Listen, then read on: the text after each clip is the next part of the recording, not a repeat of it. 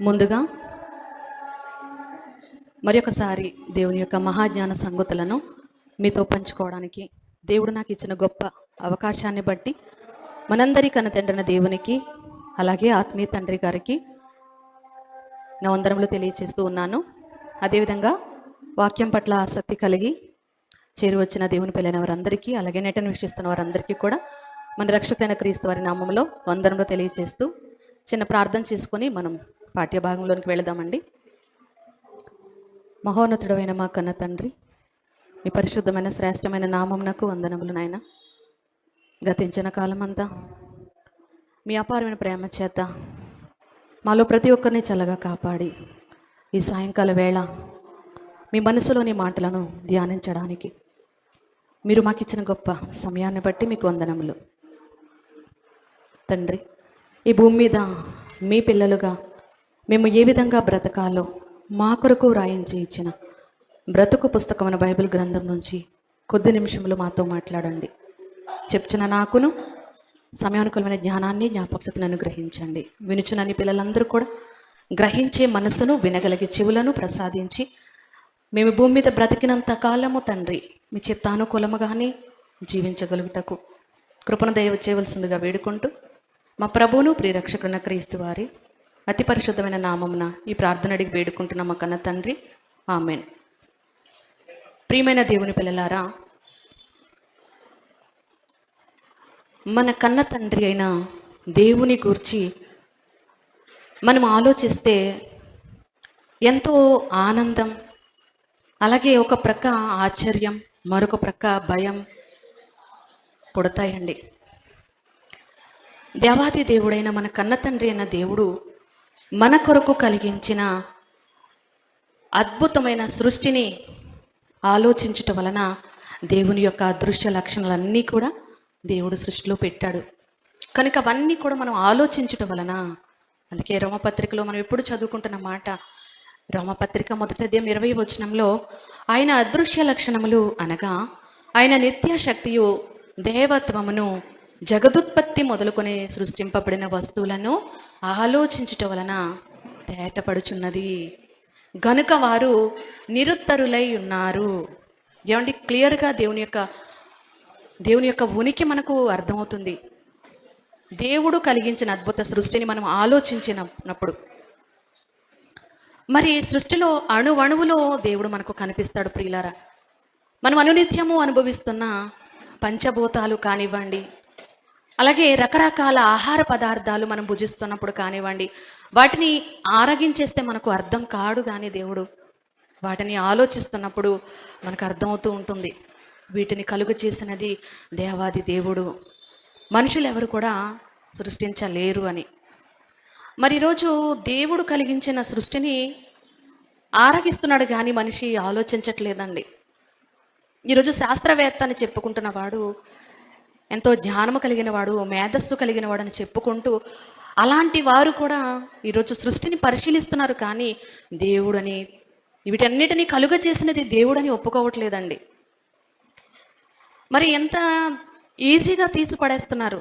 వీటన్నిటినీ కలిగించిన దేవుడు కాదు, ఈ సృష్టి వెనుక సృష్టికర్త లేడు అని ఒక్క మాటలో స్టేట్మెంట్ ఇచ్చేస్తున్నారు. మరి దేవుడు లేకుండా ఈ సృష్టి ఉంటుందండి? అది ఎంత హాస్యాస్పదమో వారికి అర్థం కావట్లేదు.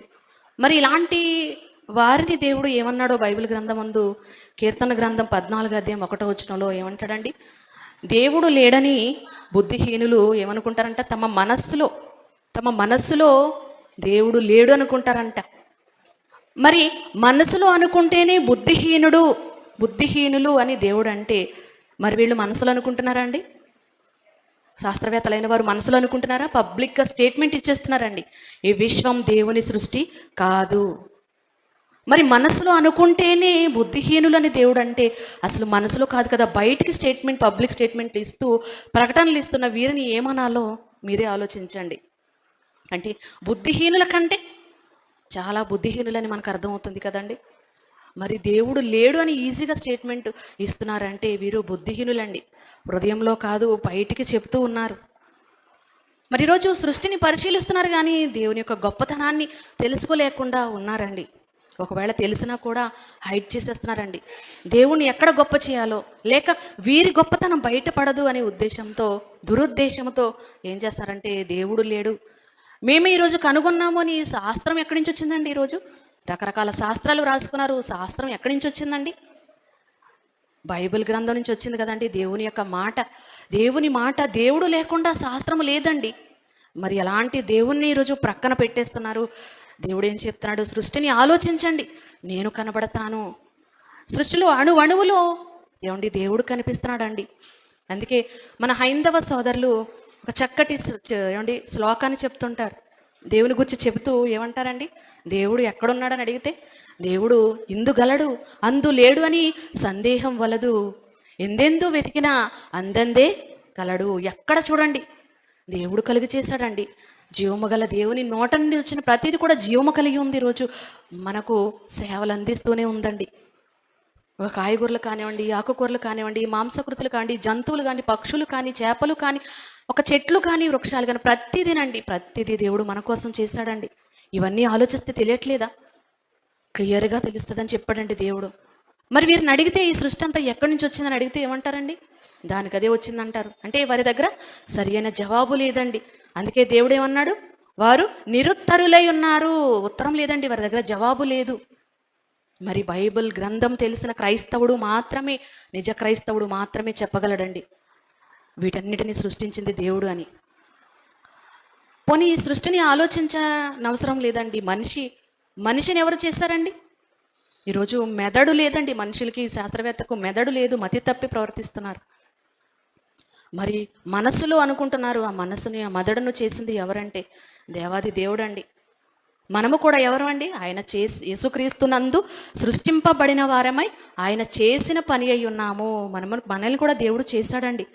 అందుకే అవయవాల్లో ప్రతిదీ తన చిత్త ప్రకారము ఈ శరీరంలో ఉంచాడండి. అరికాల మొదలుకొని నడనెత్తి వరకు ఉన్న అవయవాలన్నీ కూడా దేవుడు తన చిత్త ప్రకారము చేసినవి కదండి, తన ఇష్ట ప్రకారము చేశాడండి.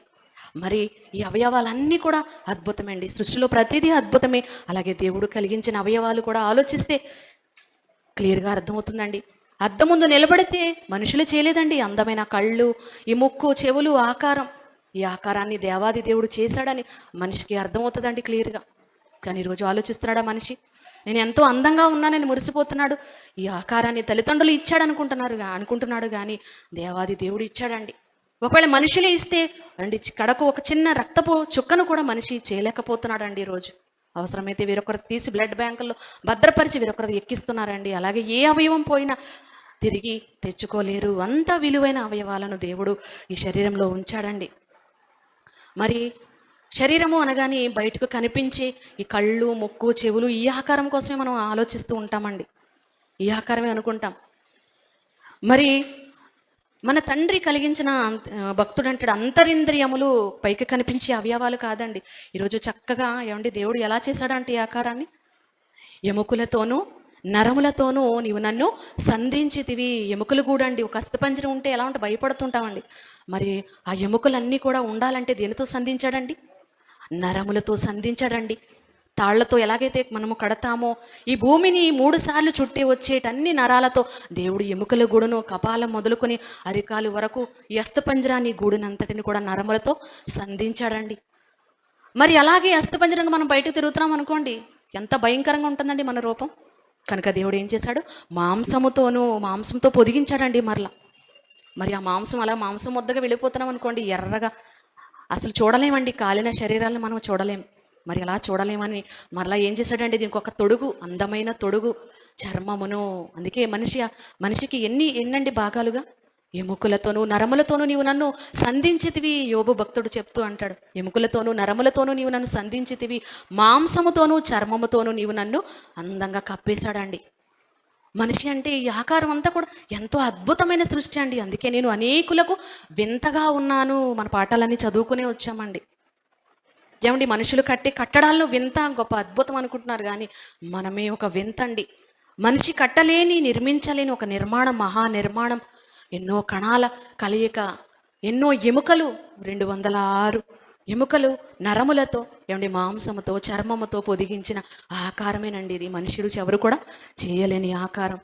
మరి మన తండ్రి కలిగించిన అంతరింద్రియములు కూడా మనం ఆలోచిస్తే భయం వేస్తుందండి. భయమును ఆశ్చర్యమును మనకెప్పుడు పుట్టుచున్నవి అన్నాడండి భక్తుడు. మరి రోజు దానిలోని భాగంగా ఎన్నో అవయవాలు ఉన్నాయండి. అంతరింద్రియములు అనగానే మనకి బయటికి కనిపించనివి అండి.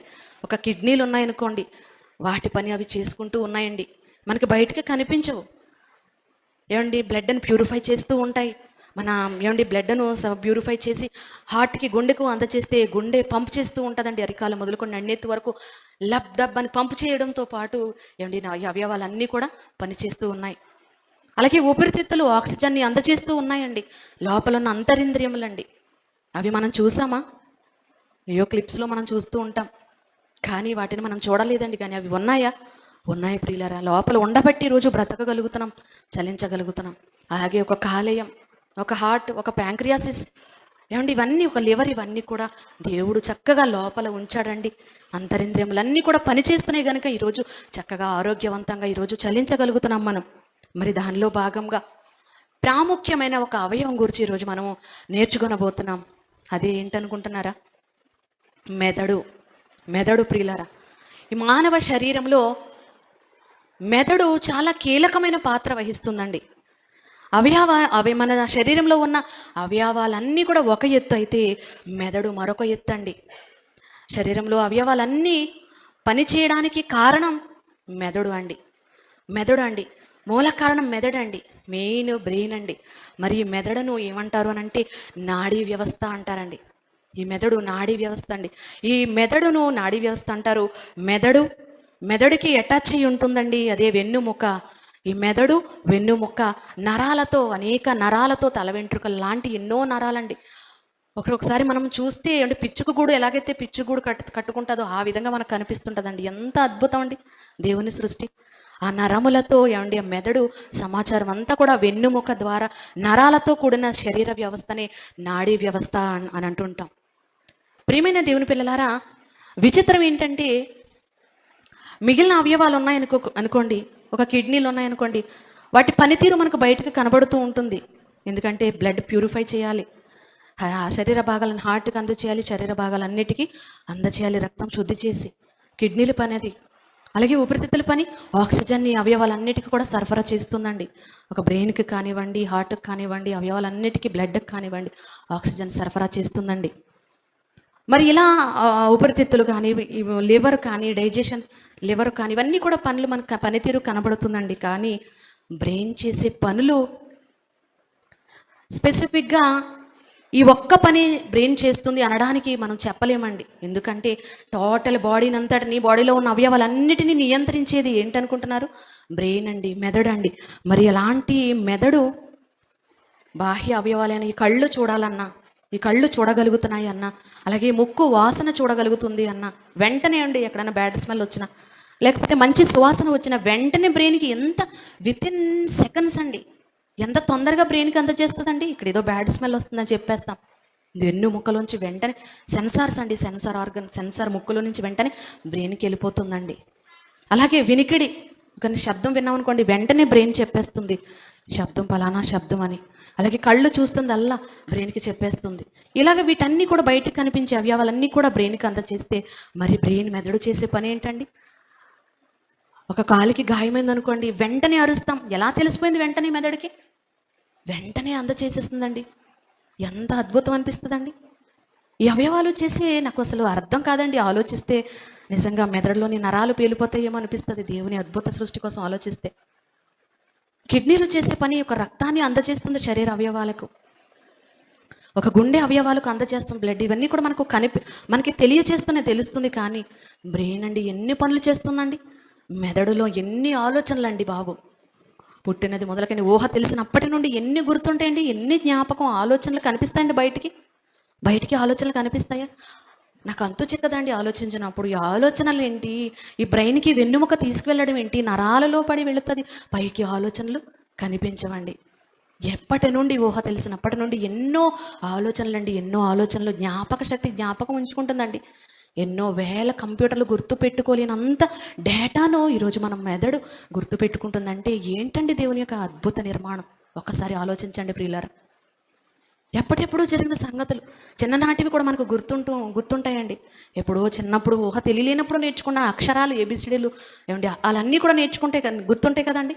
అవి గుర్తుండబట్టి ఈరోజు చదవగలుగుతున్నామండి. ఎంత అద్భుతం అండి పనితీరు, ఒక మెదడు చేసే పనితీరు ఆలోచిస్తే చాలా అద్భుతం అండి. మరి వీటన్నిటిని ఎంత గుర్తుపెట్టుకోగలుగుతుంది? మరి ఇలాంటి మెదడు కోసం మనం తెలుసుకోవాలి కదండి. ఎంతసేపు ఏమంటే పైకి కనిపించే అవయవాల కోసం మనం జాగ్రత్త తీసుకుంటూ ఉంటాం. కళ్ళు కనిపించట్లేదు అనుకోండి, అమ్మో వెంటనే నేను ఆప్థమాలజిస్ట్ కలాలి, కళ్ళ డాక్టర్ స్పెషలిస్ట్ని కలాలి, నేను కళ్ళకు ఒకళ్ళ పొరలు వస్తే కాట్రాక్ట్ పొరలు తొలగించుకోవాలి, చూపు నాకు చక్కగా కనిపిస్తుందని కళ్ళ ఆపరేషన్ కోసం మనం ఆలోచిస్తాం. అలాగే కాలుకు దెబ్బతలిన, కాలు బాగాలేదనుకోండి వెంటనే కాలుకి స్పెషలిస్ట్ దగ్గరికి వెళతాం. అలాగే శరీరంలో పైకి కనిపించే అవయవాల మీద ఉన్న శ్రద్ధ లోపల అంతరింద్రియాల మీద మనం చూపించమండి. ఏమండి, వేసవి కాలంలో స్కిన్ ఎక్కడ నల్లగా ట్యాన్ మాడిపోతుందో అని స్కిన్ కొరకు కూడా రకరకాల క్రీమ్స్, మాయిశ్చరైజర్స్ వాడుతూ ఉంటాం. స్కిన్ని భద్రం చేసుకుంటూ ఉంటాం. మరి లోపల ఉన్న కిడ్నీల కోసం ఆలోచిస్తామా? అది కనిపించట్లేదు కదండి. ఆ పనితీరు బాగానే ఉంది అనుకుంటాం, కానీ సడన్గా ఎప్పుడో ఒకరోజు దెబ్బేస్తాయండి. అందుకే ప్రతి 6 నెలలకు ఒకసారి చెకప్ చేయించుకోవాలి అని అంటుంటారు. మరి లోపల అవయవాలు ఎలా ఉన్నాయి మనకు తెలియదు కదండి. కనుక ఎప్పుడు ఈ పైకి కనిపించే వాటి మీద మనం శ్రద్ధ చూపుతాం. మరి ఈ మెదడు పనితీరు ఎలా ఉంది? ఏమండి, అవయవాలన్నిటికీ స్పెషలిస్టులు ఉన్నారండి. ఈరోజు మెదడుకు గాయం తగలకుండా జాగ్రత్తగా తీసుకోమన్నారండి. ఎందుకు? మెదడు ప్రాముఖ్యమైనదండి. ఈ అవయవాలన్నిటిని నడిపించేది కళ్ళు చూడాలన్నా, చెవి వినికిడిని శక్తిని గ్రహించాలన్నా, ముక్కు వాసన చూడాలన్నా వీటన్నిటికీ కారణం మెదడు ప్రియులారా. మరి అలాంటి కీలకమైన బ్రెయిన్ ఎంత జాగ్రత్తగా కాపాడుకోవాలండి. అందుకే ఈరోజు మెదడు కోసం ఎంత జాగ్రత్తలు తీసుకోమంటున్నారండి. బైక్ మీద వెళ్ళేటప్పుడు ఏం చేయమంటారు? వేర్ హెల్మెట్ను ధరించండి. మెదడుకు ఒకవేళ దెబ్బ తగిలింది అనుకోండి, మెమరీ లాస్ అవ్వచ్చు, లేకపోతే ప్రాణమే పోవచ్చు అని చెప్తున్నారు. కనుక హెల్మెట్ను ధరించండి అని చెప్పడం జరుగుతుందండి. మరి ఒకసారి మెదడు ఒక 3 భాగాలుగా విభజించడం జరిగిందటండి. మెదడును ఒక పెరుగు ముద్దలా ఉంటుందండి, చాలా మెత్తటి పదార్థంలా ఉంటుందండి మెదడు అనేది. మరి దానిని దేవుడు ఎంత భద్రంగా కాపాడడానికి ఒక కపాలం అండి, చాలా గట్టిగా ఉంటుందండి, మన పుర్రె కపాలం అంటాం దీన్ని. ఈ కపాలంలో దేవుడు ఆ మెత్తటి ముద్దను భద్రం చేశాడండి.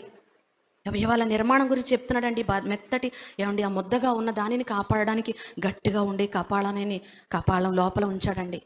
పైగా ఈ ఎముక మెత్తటి మాంసపు ముద్దలా ఉన్న, ఈ పెరుగు ముద్దలా జున్నుగడ్డలా ఉన్న ఈ మాంసాన్ని ఎక్కడ కపాలంలోని ఎముక గుచ్చుకుపోయి దానికి డ్యామేజ్ అవుతుందేమో అని దేవుడు ఎక్కడ ఉంచాడో తెలుసా అండి? ఈ మెదడును ఎప్పుడు కూడా 75% వాటర్లో కదులుతూ ఉంటుందంటండి మెదడు, దానికి ఏ డ్యామేజ్ అవ్వకుండా. అంటే ఎంత అద్భుతంగా దేవుడు కాపాడుతున్నాడో చూసారా. మరి వాటర్తో ఉంటుందండి. అది ఎన్ని గ్రాములు ఉంటుందంటే 1300 గ్రాములు ఉంటుందని చెప్పారండి వైద్య శాస్త్రవేత్తలు. 1300 గ్రాములు. మనిషి శరీర అవయవాల్లో 2% మాత్రమే దాని బరువు ఉన్నప్పటికీ ఏమంటే దానికి 20% ఎనర్జీ దానికి అవసరం తీసుకుంటుందంట. శరీరం నుంచి 20% ఎనర్జీ అది తీసుకుంటుందండి. ఎందుకంటే తీసుకున్నా పర్వాలేదండి, ఎందుకంటే అవయవాలన్నిటినీ నియంత్రించేది మెదడు ప్రియులారా. మరి అలాంటి మెదడు కోసం నేను చెప్పే కంటే ఒకసారి ఈ 2 క్లిప్స్ త్వరగా మనం చూడగలిగితే మీకు ఇంకా క్లియర్గా అర్థమవుతుందండి. మెదడులో 3 భాగాలు ఉంటాయంట. 3 భాగాలు ఉంటాయండి. ఫోర్ హెడ్, ఫ్రంట్ ఉండే ఒక మెదడు ముందు మెదడు, దానిని సెరిబ్రమ్ అంటారంట. ఇంకా మధ్య భాగానేమో సెరిబెల్లెం అంటారు, దాన్ని మధ్య మెదడు అంటారు. అలాగే చివరన వెనుక ఉన్న భాగాన్ని, చిన్నది ఉంటుందండి, చిన్న ఎముక భాగాన్ని, దీనిని వెనుక ఉన్న మెదడు అంటే 3 భాగాలుగా మెదడును విభజించి చెప్పారండి. శాస్త్రవేత్తలకు, వైద్య శాస్త్రాలకు ఇప్పటికీ కూడా అంతు చిక్కట్లేదండి. ఎలా ఈ ఆలోచనలు ఎలా అందచేస్తున్నాయి నాడీ మండల వ్యవస్థ అంటారండి. మండలము అంటే ఒక నక్షత్ర మండలం అనగానే ఎన్నో కోట్ల నక్షత్రాలు కలిస్తే ఒక మండలం. అలాగే మన భాషలో గ్రామాలు అనేక జిల్లాలు కలిస్తే ఒక మండలం అని ఎలాగంటామో, ఈ నరాలు, అరికాలు మొదలుకొని అన్నిటి వరకు అవయవాలన్నిటిని నియంత్రించే ఒక మండలమే నాడీ మండల వ్యవస్థే బ్రెయిను, వెన్నుముక ప్రియులారా. మరి ఇలా 3 భాగాలుగా వివరించడం జరిగిందండి. దీనికోసం ఒక్కసారి క్లిప్స్ దయచేసి వేయగలిగితే జాగ్రత్తగా చూడండి, మనకు అర్థమవుతుంది క్లియర్గా దేవుడు చేసిన అద్భుత నిర్మాణం. ఒకసారి మన లోపల ఉన్న బ్రెయిన్ చూడండి. ఏదైనా ఉందంటే, శరీరంలో మహత్తరమైన ఆర్గన్ ఏదైనా ఉందంటే అది మెదడు మాత్రమే. కుడి ఎడమ భాగాలుగా ఉండే మెదడులో ఒక్కో భాగంలో ఒక్కో పని జరుగుతూ ఉంటుంది. దాని ద్వారానే మనిషి శరీరం మొత్తం ప్రతి విషయాన్ని తెలుసుకుంటూ ముందుకు సాగుతుంది. అసలు మెదడులోని కుడి ఎడమ భాగాలు చేసే పనులేంటి, వాటికి వచ్చే సమస్యలకు పరిష్కార మార్గాలేంటో తెలుసుకుందాం.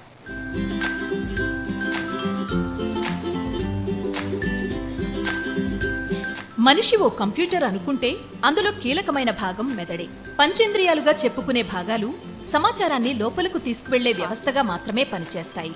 మెదడు మాత్రం దీన్ని స్వీకరించి శరీరంలోని వివిధ భాగాలకు చేరవేసే కీలకమైన పనిని తీసుకుంటుంది. నిజానికి మానవ శరీరంలో కుడి ఎడమ 2 భాగాలుంటాయి. అలాగే మెదడు కూడా 2 భాగాలుగా నిర్మితమై ఉంటుంది. కుడి ఎడమ భాగాలను కలుపుతూ కార్పస్ కలోజం అని దిట్టమైన నాడీ తీగల నిర్మాణం ఉంటుంది. మెదడులో ఎడమ భాగం శరీరంలో కుడి భాగంలో ఉండే కండరాలను, మెదడులోని కుడి భాగం ఎడమ వైపున ఉండే కండరాలను శాసిస్తాయి. మనుషుల్లో 90% మంది కుడి చేతి వాటం మనుషులే ఉంటారు. అలాంటి వారు సామాన్యంగా చేసుకునే రోజువారీ పనుల్లో ఎడమ చేయి కన్నా కుడి చేతినే వాడటాన్ని ఎక్కువగా ఇష్టపడతారు. నిజానికి మెదడులోని ఎడమ భాగం వివేచనలో, భాషలో, రాయడంలో, చదవడంలో, విజ్ఞాన శాస్త్రంలో, గణితంలో ముఖ్య పాత్ర పోషిస్తుంది. అలాగే కుడి భాగం సంగీతం, కళ, ఊహాశక్తి మొదలైన వాటిలో కీలక పాత్ర పోషిస్తుంది. మనిషి మెదడుని కుడి మెదడు, ఎడమ మెదడుగా విభజించారు. ఈ ఎడమ మెదడు కుడివైపు భాగాల్ని మన మెదడు చాలా పటిష్టమైన రక్షణ కవచంలో సురక్షితంగా ఉంటుంది. అది ఎంత భద్రంగా ఉంటుందంటే కనీసం సూది మనం మోపేంత స్థలం కూడా ఉండదు. మామూలు మెదడే ఇలా ఉంటుంటే ఇక చిన్న మెదడు మరీ ఇరుగ్గా ఉంటుంది. అలాంటి చిన్న మెదడులో ఏదైనా రక్తస్రావం కావడమో, గడ్డలు పుట్టుకు రావడమో, లేదంటే ఏదైనా ఇన్ఫెక్షన్ సోకడమో జరిగితే ఇక పరిస్థితి ఎలా ఉంటుందో ఊహించుకోండి. అందుకే చిన్న మెదడులో వచ్చే ప్రతి చిన్న సమస్య కూడా ఎమర్జెన్సీని అంటారు డాక్టర్లు. చిన్న మెదడులో తలెత్తే సమస్యలు ఎంత ప్రమాదమో, వాటికి ఎలాంటి చికిత్స అవసరమవుతుందో ఇప్పుడు తెలుసుకుందాం. మాట నోటి నుండి వెలువడడం అనేది మనకు వినడానికి చాలా సులువుగా ఉంటుంది. కానీ ఇది చాలా సంక్లిష్ట ప్రక్రియ. దీనికి పెదవులు, దవడలు, నాలుక, స్వరపేటిక ఇలా అన్నీ కలిసి పనిచేయాల్సి ఉంటుంది. వీటన్నింటిలో ఏది సక్రమంగా పనిచేయకున్నా మాట నోటి నుండి వెలువడదు. అయితే వీటన్నింటినీ మన మెదడులోని చిన్న మెదడుకు సంబంధించిన భాగాలు సమన్వయం చేస్తూ ఉంటాయి. అలాగే నడక తీసుకున్నా కూడా నడక చూడ్డానికి ఏముంది అనుకోవచ్చు, కానీ ఈ నడక వెనుక అనేక కండరాలు కదలాల్సి ఉంటుంది. ఇలా కదలికల్ని సమన్వయం చేయడంలో చిన్న మెదడుదే కీలక పాత్ర. చిన్న మెదడులో ఏమాత్రం తేడాలొచ్చినా మన శరీరంలో పెద్ద తేడాలు వచ్చేస్తాయి. సృష్టికర్త తయారు చేసినప్పుడే చిన్న మెదడుకు ఉపయోగపడే చోటు చిన్న మెదడు అంటే ఎక్కడ ఉంటుంది, దీన్ని పెద్ద మెదడు అంటాం. ఇది సెరిబ్రమ్, ఆంగ్లంలో దీన్ని సెరిబెల్లం. చూసారు కదండి, ఎక్కడుందనుకుంటున్నారు? ఎక్కడుంది మెదడు? ఏదో జంతువు మెదడు చూపిస్తున్నారు ఏదో అనుకోకండి. మన పుర్రెలో ఉందండి, మన కపాలంలో ఉంది, మన అందరికీ ఉంది. బ్రెయిన్ ఉండబట్టి ఈరోజు మనం ఆలోచన చూసారా. కుడి మెదడు, ఎడమ మెదడు అంట. కుడి మెదడు, కుడి ప్రక్కన ఉన్న మెదడేమో ఎడమ ప్రక్క భాగం అంతా కూడా కదలికలు కలగాలన్నా, దీన్ని ఆపరేట్ కదలిక కలిగి ఉండాలన్నా, చలనం ఏమంటే పనులు చేయాలన్నా కుడి మెదడు, కుడి ప్రక్క ఉన్న మెదడు బాధ్యత అంట. అలాగే అంటే రివర్స్ అండి, ఎడమ ప్రక్క ఉన్నదేమో కుడి పక్క భాగాన్ని నియంత్రిస్తూ ఉంటుంది.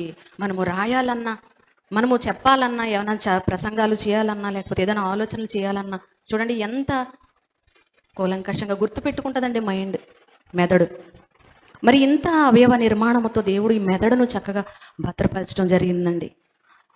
మరి మెదడు కానీ డ్యామేజ్ అయిందనుకోండి, చాలామంది చూడండి మర్చిపోతుంటారు కొన్ని విషయాలు, కొంత విషయాలు మర్చిపోతారు చిన్నప్పటివి కానీ, లేకపోతే అప్పుడు ప్రస్తుతం జరిగేవి కానీ, కొన్ని మాత్రం గుర్తుంటాయి. అంటే ఎన్నో నరాలు కలయిక కదండి. ఆ నరాలకు కానీ దెబ్బ తగిలితే మర్చిపోతూ ఉంటారు. చాలామంది అయితే కోమాలోకి వెళ్ళిపోతూ ఉంటారండి. కోమాలకు వెళ్ళిపోతూ ఉంటారు. వారికి స్పర్శ కానీ, వారు చూస్తూ ఉంటారు కానీ కళ్ళు పనిచేసినట్లు కాదు, డెడ్ అయిపోయినట్టేనండి. అందుకే బ్రెయిన్ డెడ్ అయిపోగానే ఇక చనిపోయినట్టు డిక్లేర్ చేసేస్తారండి. జీవోత్సవంలో పడి ఉండడమే. కోమాలకు వెళ్ళిపోయిన పేషెంట్ చూడండి, వారికి ఏమండి నొప్పి కూడా తెలియదండి. వాడికి రక్తం గాయమయ్యి రక్తం కారిపోతున్న స్పర్శ తెలియదండి. వెంటనే మనకు స్పర్శను అందించే ఇవన్నీ కూడా డెడ్ అయిపోతాయి అని చెప్తున్నారు. కనుక మరి మెదడు ఇంత జాగ్రత్తగా మనము కాపాడుకోవాలండి. అలాంటి మెదడును మనం జాగ్రత్తగా కాపాడుకోవాలి. చాలామంది చూడండి రోడ్ల మీద పిచ్చివారిలా తిరుగుతూ ఉంటారు. తలకి గాయమయ్యి ఏమండి మర్చిపోతూ ఉంటారు గతాన్ని. వాళ్ళు ఏమి చేస్తున్నారో అసలు ఏమి గుర్తుండదండి. మరి ఈరోజు పిచ్చి హాస్పిటల్స్ అండి, మెంటల్ హాస్పిటల్ చూసి మనం ఏదో ఎగతాళి చేస్తూ ఉంటాం. అది కూడా పెద్ద ఏం విచిత్రం కాదండి. మన అవయవాల్లోని ఏమండి ఒక కిడ్నీ బాగోపోతే ఎలాగైతే డయాలసిస్ వరకు వెళతామో, కిడ్నీ హాస్పిటల్స్ ఉంటాయో, స్పెషలిస్టులు ఎలా ఉంటారో, అలాగే బ్రెయిన్ మూలం అండి. మరి దీనికి కూడా స్పెషలిస్టు వాళ్ళే సైకియాట్రిస్ట్ అండి. తప్పులేదండి సైకియాట్రిస్ట్ దగ్గరికి వెళ్ళి ఒకవేళ బుర్ర బాగోకపోతే, రకరకాల ఆలోచనలు వస్తుంటే వెంటనే వాళ్ళు దీనికి కూడా వైద్యం ఉందండి. సైకియాట్రిస్టులు వైద్యం చేస్తారు ప్రియులారా. కనుక వెర్రిగా అయిపోయిన వాళ్ళు కానివ్వండి, సరిగ్గా జ్ఞాపక శక్తి లోపించినా కూడా తప్పకుండా వైద్యులను సంప్రదించి సరి చేసుకోవాలి ప్రియులారా. మరి ఇంత జాగ్రత్తగా కాపాడుకోండి. ఈ బ్రెయిన్ తగిలితే అంటే ఎంత పటిష్టమైన కపాలంలో దేవుడు దాచి ఉంచాడంటే, ఒక ఏమండి పోస్ట్ మార్టం అప్పుడు ఏమండి కపాలాన్ని సుత్తితో పగలగొడతారంటండి. అప్పుడు కానీ పగలదండి. అంటే అంత స్ట్రాంగ్ గట్టి దృఢమైన కపాలంలో దేవుడు ఈ పెరుగు ముద్ద లాంటి ఈ నిర్మాణాన్ని దేవుడు ఉంచడం జరిగిందండి. మరి అందుకే యాక్సిడెంట్స్ అవుతున్నప్పుడు బలంగా గాయం తగిలినప్పుడు ఏమవుతుందండి, మెదడు బయటకు వచ్చేస్తుంటుంది. మరి అలా అందుకే హెల్మెట్ ధరించండి. అంత భద్రంగా కాపాడుకోవాల్సిన అవయవము బ్రెయిన్ ప్రియులారా, మెదడు. మరి ఈరోజు మరి మెదడు కోసం మనం కూలంకషంగా తెలుసుకున్నాం. మరి ఇంతకీ మెదడు అంటే ఏంటండి? ఇంతకీ మెదడు అంటే ఏంటి? మెదడు అంటే బైబిల్ ఇచ్చిన డెఫినేషన్ ఏంటి? దేవుడు ఏమంటున్నాడు ఒకసారి చూడండి.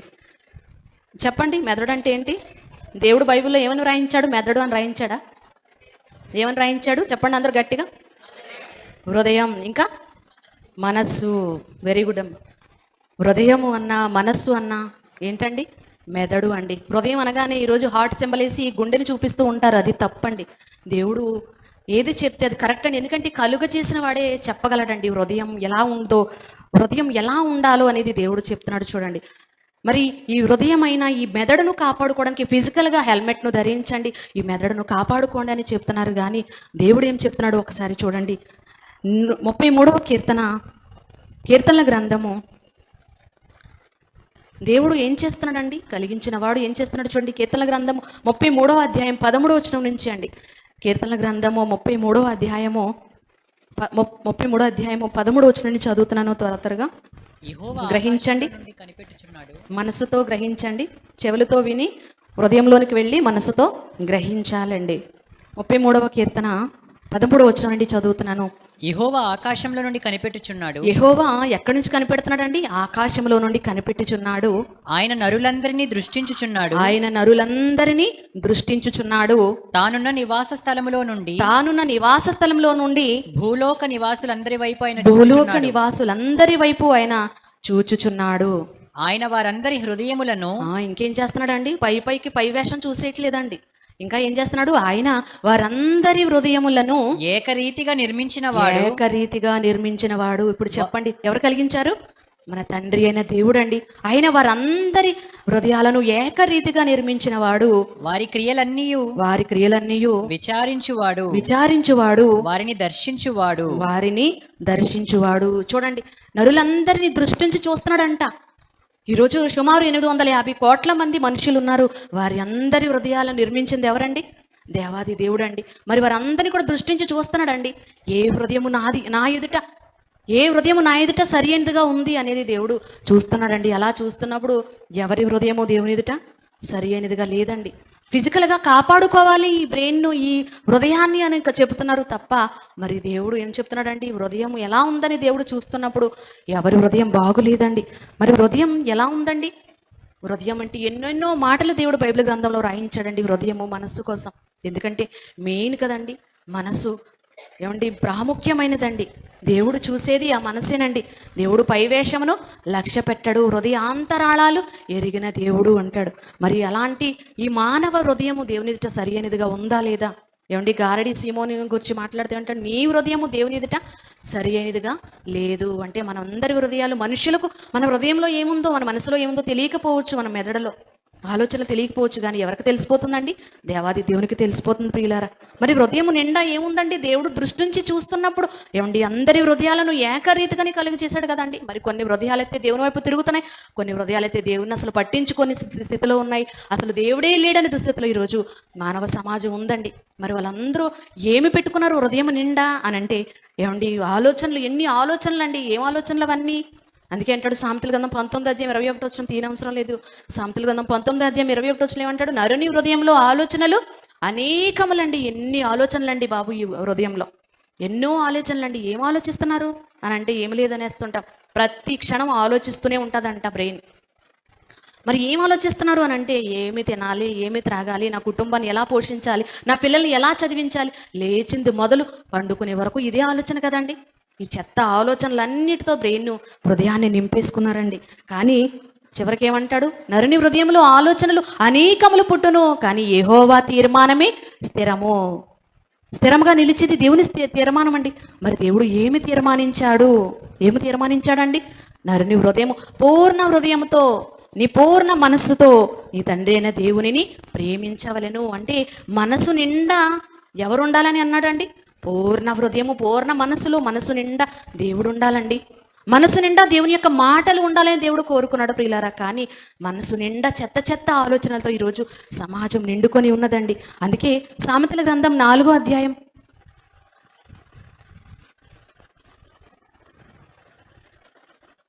23వ వచనం చూడండి. హెల్మెట్ ధరించి ఈ మెదడును కాపాడుకోండి అని చెప్తుంది. కానీ ఈ సమాజం ఈ మెదడులో పుట్టే ఆలోచనలు కాపాడుకోవాలి కదండి.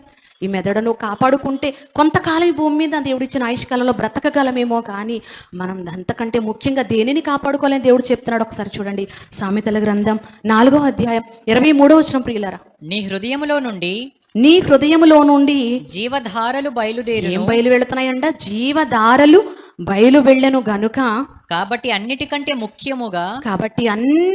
ముఖ్యముగా నీ హృదయమును భద్రముగా కాపాడుకొనుము. నీ హృదయమును భద్రముగా కాపాడుకొనుము. దేనితో?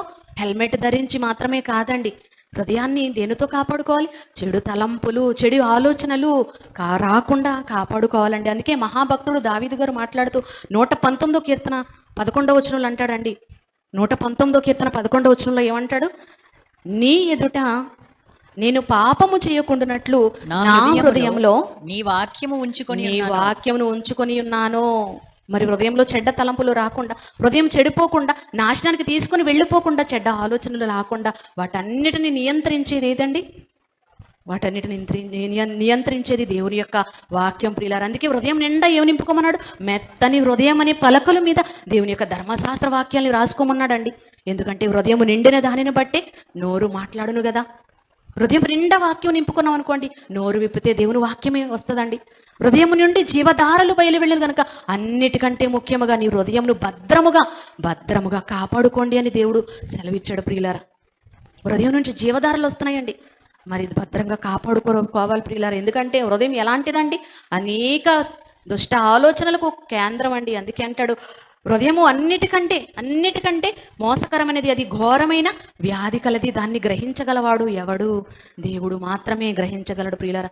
అన్నిటికంటే ఘోరమైనది గనుకనే అన్నిటికంటే ముఖ్యముగా నీ హృదయమును భద్రముగా కాపాడుకొనుము అన్నాడు. ఇందాక సామెతల గ్రంథం 4వ అధ్యాయం 23వ వచనంలో జీవధారలు బయలువెళ్ళి ఈ మెదడును ఎంత భద్రముగా, కేవలం హెల్మెట్ పెట్టుకొని మాత్రమే ఫిజికల్గా కాపాడుకోవడమే కాదు కానివ్వండి, అంతరంగంగా దేవుని యొక్క వాక్యముతో ఎప్పటికప్పుడు శుద్ధి చేసుకుంటూ ఉండాలండి.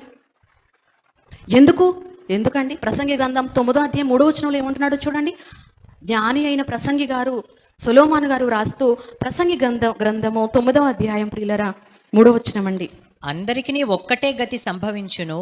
ప్రసంగి ఏమండి జ్ఞాని అయిన సొలొమోను గారు మాట్లాడుతూ సూర్యుని క్రింద జరిగినది అంతా కూడా వ్యర్థమని చెప్పుకొస్తూ ఏమంటున్నాడు చూడండి. అందరికీ ఒక్కటే గతి సంభవించును. సూర్యుని క్రింద జరుగు వాటన్నిటిలో ఇది బహు దుఃఖకరము. మరియు నరుల హృదయము చెడుతనముతో నిండి ఉన్నది. దేనితో నిండిపోయిందండి? చెడుతనముతో నిండి ఉన్నది. వారు బ్రతుకు కాలమంతయు వారి హృదయమందు వెర్రితనముండును. వారి హృదయమందు ఏముంటుందండి? వెర్రితనముండును. అంటున్నారు. తరువాత వారు మృతుల యొద్దకు పోవుదు. తరువాత చచ్చిపోతారండి. ప్రతి ఒక్కరికి ఒకే గతి పడుతుంది అన్నాడు. ఏకరీతిగా ఒక గతి పడుతుంది. అందరూ పుట్టిన వాళ్ళు అందరూ చావక మందు చనిపోతారు. కానీ ఈ పుట్టుక చావుల మధ్య ఉన్న ఈ జీవిత కాలంలో ఈ మెదడు అంతా కూడా చెడుతో నిండిపోయింది అంటున్నాడండి. మరి ఒకసారి మరలా చదువమ్మా. నరుల హృదయము చెడుతనముతో నరుల హృదయము చెడుతనముతో నిండి ఉన్నది. చెడుతనముతో నిండి ఉన్నది. వారు బ్రతుకు కాలం అంతయు వారి హృదయమందు వెర్రితనముండును. వారి హృదయంలో ఏముందండి? వెర్రితనం ఉందండి. బ్రతుకు కాలం అంతా ఏం నేర్చుకుంటున్నారు? మహాలోకానికి నడిపించే దైవజ్ఞానం నేర్చుకోవడానికి ఎవరు కూడా ఇష్టపడట్లేదండి. కానీ ఏం నేర్చుకుంటున్నారు? చెడుతనం ఉన్నదంటున్నాడు హృదయం నిండా. ఇంకేముంది? వెర్రితనం ఉందంట బ్రతుకు కాలం అంతా. అంటే ఈ లోకపు జ్ఞానాన్ని దేవుడు ఏమన్నాడు? వెర్రితనముగా చేసి ఉన్నాడు అన్నాడండి. ఈ వెర్రిని ఎక్కించుకుంటున్నారండి. ఈరోజు అధిక విద్యతో ఈరోజు పిచ్చోళ్ళు అయిపోయి రోడ్ల మీద ఏమంటే ఇంగ్లీష్ మాట్లాడుతూ ఉంటారు అనర్గళంగా. వారిని చూస్తే మనకు ఆశ్చర్యం అనిపిస్తుంటుంది. అంటే ఎక్కువ చదివి అధిక విద్య ఏమొచ్చేసింది వాళ్ళకి? వెర్రి వచ్చేసిందండి. వెర్రివారుగా తిరుగుతున్నారు. ఈరోజు ఈ లోకంలో ఇంజనీర్స్, డాక్టర్స్గా ఎంతో చదువులో మేము చదివేసాం అనుకుంటున్నారు. కానీ అదంతా వెర్రి జ్ఞానం అండి. భూసంబంధమైన జ్ఞానం. వెర్రి ఎక్కించుకుంటున్నారు తప్ప చచ్చిన మరుక్షణం అవన్నీ కూడా దేవుడున్న లోకానికి తీసుకువెళ్ళలేవు ప్రియులారా. కనుక చెడు హృదయంతో నిండిపోయిందండి. ఈరోజు అంతరింద్రియములు లోపల ఉన్న అవయవాలను ఏమంటే మనకు కనిపించవు, కానీ వాటిని కూడా రక్షణ అవసరం అండి. ఈరోజు కిడ్నీలను రాళ్ళు చేరిపోయి అనుకోండి, డాక్టర్స్ ఏమంటారు? కిడ్నీలో ఉన్న మలినం అంతా కూడా కిడ్నీలో రాళ్ళే కానివ్వండి. ఏమంటే బ్యాడ్ కొలెస్ట్రాల్ అంటారండి. గుడ్ కొలెస్ట్రాల్ ఉంటుంది, అలాగే బ్యాడ్ కొలెస్ట్రాల్ ఉంటుంది. వ్యర్థ పదార్థాలు క్రొవ్వు అంతా కూడా కరిగిపోవాలంటే ఏం చేయమంటారు? వాకింగ్ చేయమంటారు. అలాగే నీరు ఎక్కువగా త్రాగమని చెప్తారండి డాక్టర్స్. కిడ్నీలో స్టోన్స్ అన్నీ కరిగిపోవాలని అంటే మీరు నీటితో శుద్ధి చేసుకోండి ఈ మలినాలన్నీ కూడా. ఇంకా ఉదయాన్నే లేవగానే నిమ్మరసం పిండుకొని గోరువెచ్చని నీరు త్రాగనని చెప్తున్నారు. ఎందుకు? శరీరంలో ఉన్న మలినాలు, వ్యర్థాలన్నీ కూడా చెమట రూపంలో బయటికి వెళ్ళిపోతాయి. అలాగే యూరిన్ రూపంలో మనము బయటికి విడిచిపెట్టేస్తాము. కనుక మా ఆరోగ్యం బాగుంటుంది. కిడ్నీలు ఫంక్షనాలిటీ చెడిపోదు. హార్ట్ బాగుంటుంది. ఎక్కడ కూడా నరాలలో బ్లడ్ క్లాట్ అవ్వదు. అప్పుడు మీకు ఆరోగ్యవంతంగా ఉంటారు. కనుక లోపల ఉన్న అంతరింద్రియాలు, లోపల ఉన్న అవయవాలన్నీ కూడా శుద్ధి అవ్వాలంటే దేనితో శుద్ధి అవుతుందండి? నీటితో. నీరు ఎక్కువగా తీసుకోండి. రోజుకి 3 నుంచి 4 లీటర్ల నీరు త్రాగండి అని చెప్తున్నారండి డాక్టర్స్. మరి బయట ఉన్న లేక మనకు ఫిజికల్గా కనిపించే లోపల కానీ బయట ఉన్న అవయవాలు చక్కగా ఆరోగ్యవంతంగా ఉండడానికి నీరును త్రాగమంటున్నారు. మరి లోపల ఉన్న హృదయానికి క్రొవ్వు పట్టదనుకుంటున్నారా? దేవుడు ఏమంటాడండి? వారి హృదయం నా వైపు తిరగకుండానట్లు వారి హృదయం ఏం పట్టేసిందండి? క్రొవ్వు పట్టేసిందంట. వారు హృదయము క్రొవ్వినది. వారు తమ చెవులతో వింటారు వాక్యాన్ని, కళ్ళతో చూస్తారు, కానీ నా వైపు తిరగకుండానట్లు వారి హృదయము క్రొవ్వినది అన్నాడండి. మరి క్రొవ్వు పట్టిన హృదయాన్ని క్రొవ్వు ఎలా తీసుకోవాలి? ఫిజికల్గా పట్టి క్రొవ్వును తీసేయాలి, లేకపోతే ఆరోగ్యానికి ప్రమాదం అనుకుంటున్నారే. మరి ఆత్మీయంగా పట్టిన క్రొవ్వును తీసేయాలంటే మరి ఏ నీరు కావాలి? ఏ నీరు కావాలండి? ఒక్కసారి ఇర్మియా గ్రంథం చూడండి ప్రియులారా, ముగించుకుందాం. ఇర్మియా గ్రంథము ప్రవక్త అయిన ఇర్మియా గారు చెప్తూ, ఇర్మియా గ్రంథము దేవుడు ప్రవక్త ద్వారా రాయిస్తూ 4వ అధ్యాయం 14వ వచనం చూడండి ప్రియులారా. ఇర్మియా గ్రంథము 4వ అధ్యాయము 14వ వచనం. యెరూషలేము అంటే మహారాజు పట్టణం అండి. ఇశ్రాయేలులో దేవుని ప్రజలు ఉండే పట్టణం. దానికోసం చెప్తున్నాడు. యెరూషలేమా, నీవు రక్షింపబడినట్లు, ఇశ్రాయేలు కోసం అండి, నీవు రక్షింపబడినట్లు నీ హృదయంలో నుండి చెడుతనము కడిగి వేసుకొనుము. నీ హృదయంలో నుండి చెడుతనం ఏం చేయమంటున్నాడు? కడిగి వేసుకొనుము. ఏంటండి చెడుతనం ఎలా కలిగించుకుంటామండి? లోపలికి ఎలాగ నీరు పట్టుకుని నీళ్ళు కడుక్కుంటామండి? ఒక అవయవాలు శుద్ధి అవ్వడానికి, ఏమండి రాళ్ళు కరగడానికి, అవయవాలని ఆరోగ్యంగా ఉండడానికి నీరు తాగుతున్నాము, అలా శుద్ధి అయిపోతుంది. మరి హృదయంలో ఉన్న చెడుతనం శుద్ధి చేయాలంటే కావాల్సింది ఏ నీరండి? దానికి నీరు కావాలండి. ఏ నీరు అనుకుంటారు? ఏ జలము? జలములు రాళ్లను అరగదీయను అన్నాడు. కిడ్నీలో స్టోన్స్ కానీ. మరి ఇప్పుడు ఏం అరగదీస్తుంది? ఏమి తీసేస్తా చెడుతనం అంటే? జీవజలము ప్రియులారా. జీవజలం అంటే ఏంటండి? వాక్యం ప్రియులారా. వాక్యం అండి. అందుకే ఇందాక అన్నాడు కదా భక్తుడు, నీ ఎదుట నేను పాపము చేయకున్నట్లు నా హృదయంలో ఏముంచుకున్నాను? నీ వాక్యం ఉంచుకొని ఉన్నాను. ఏమండి యవనస్తులు దేని చేత తమ నడతను శుభ్రం చేసుకుంటారు అని అంటే వాక్యం బట్టి, దానిని జాగ్రత్తగా చూచుకునేటను బట్టియే కదా అంటాడండి. కనుక అంత శక్తివంతమైనది దేవుని యొక్క వాక్యం ప్రియులారా. మరి అలాంటి వాక్యం మనం ఎప్పుడు చదువుకుంటాం? ఎక్కడికి వెళ్ళిపోద్దండి? పైపైన శుద్ధి చేసేది కాదండి వాక్యం. ఎక్కడికి వెళ్ళిపోతుందండి వాక్యం? ఎంత శక్తివంతమైనది ఎప్పుడు చదువుకున్నాం? హెబ్రీ పత్రిక 4:12 వచనంలో వాక్యము బలము గలదై సజీవమై 2 అంచుల ఎటువంటి ఖడ్గము కంటేను వాడిగలదై ఎక్కడికి వెళ్ళిపోతుందండి? ప్రాణాత్మలను, కీళ్లను, మూలుగులను విభజించునంత మట్టుకు దూరుచు ఎక్కడికి వెళ్ళిపోతుందండి? హృదయం యొక్క తలంపులను కూడా శోధిస్తుందండి. తలంపులు చెడు తలంపులు ఉన్నాయా? వెంటనే తీసేస్తుందండి వాక్యం.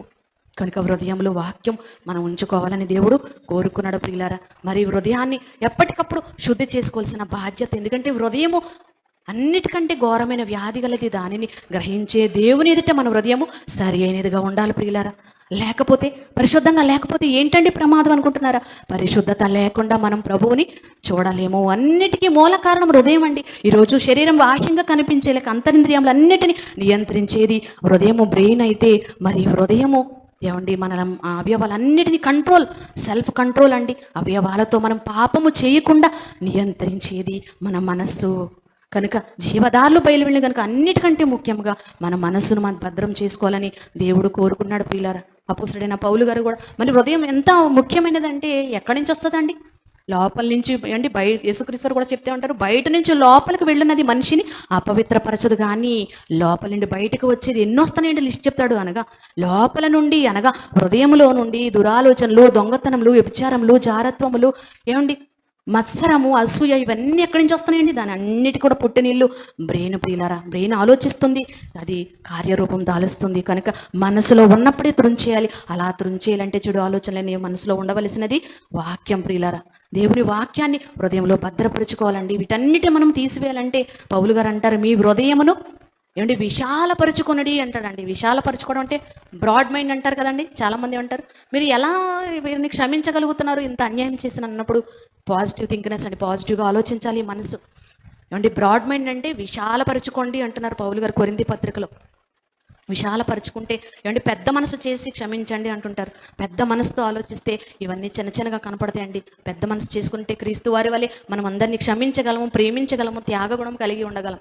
కనుక మన మనస్సును మన స్వాధీనంలో ఉంచుకోవాలండి. శరీరానుసారమైన మనసు మనల్ని నరకానికి తీసుకువెళ్ళిపోతుందేమో, కానీ ఆత్మానుసారమైన మనస్సు మనల్ని నిత్య జీవానికి నడిపిస్తుంది. కనుక మన హృదయంలో నుండి ఎల్లప్పుడూ ఎదుటి వారిని రక్షించే జీవధారలు, జీవవాక్యమే రావాలి తప్ప ఏమండి చెత్త అంతా కూడా లోకంలో ఉన్న చెత్త అంతా మనం బుర్రలోకి ఎక్కించుకొని బ్రెయిన్ హీట్ ఎక్కించుకోకూడదండి.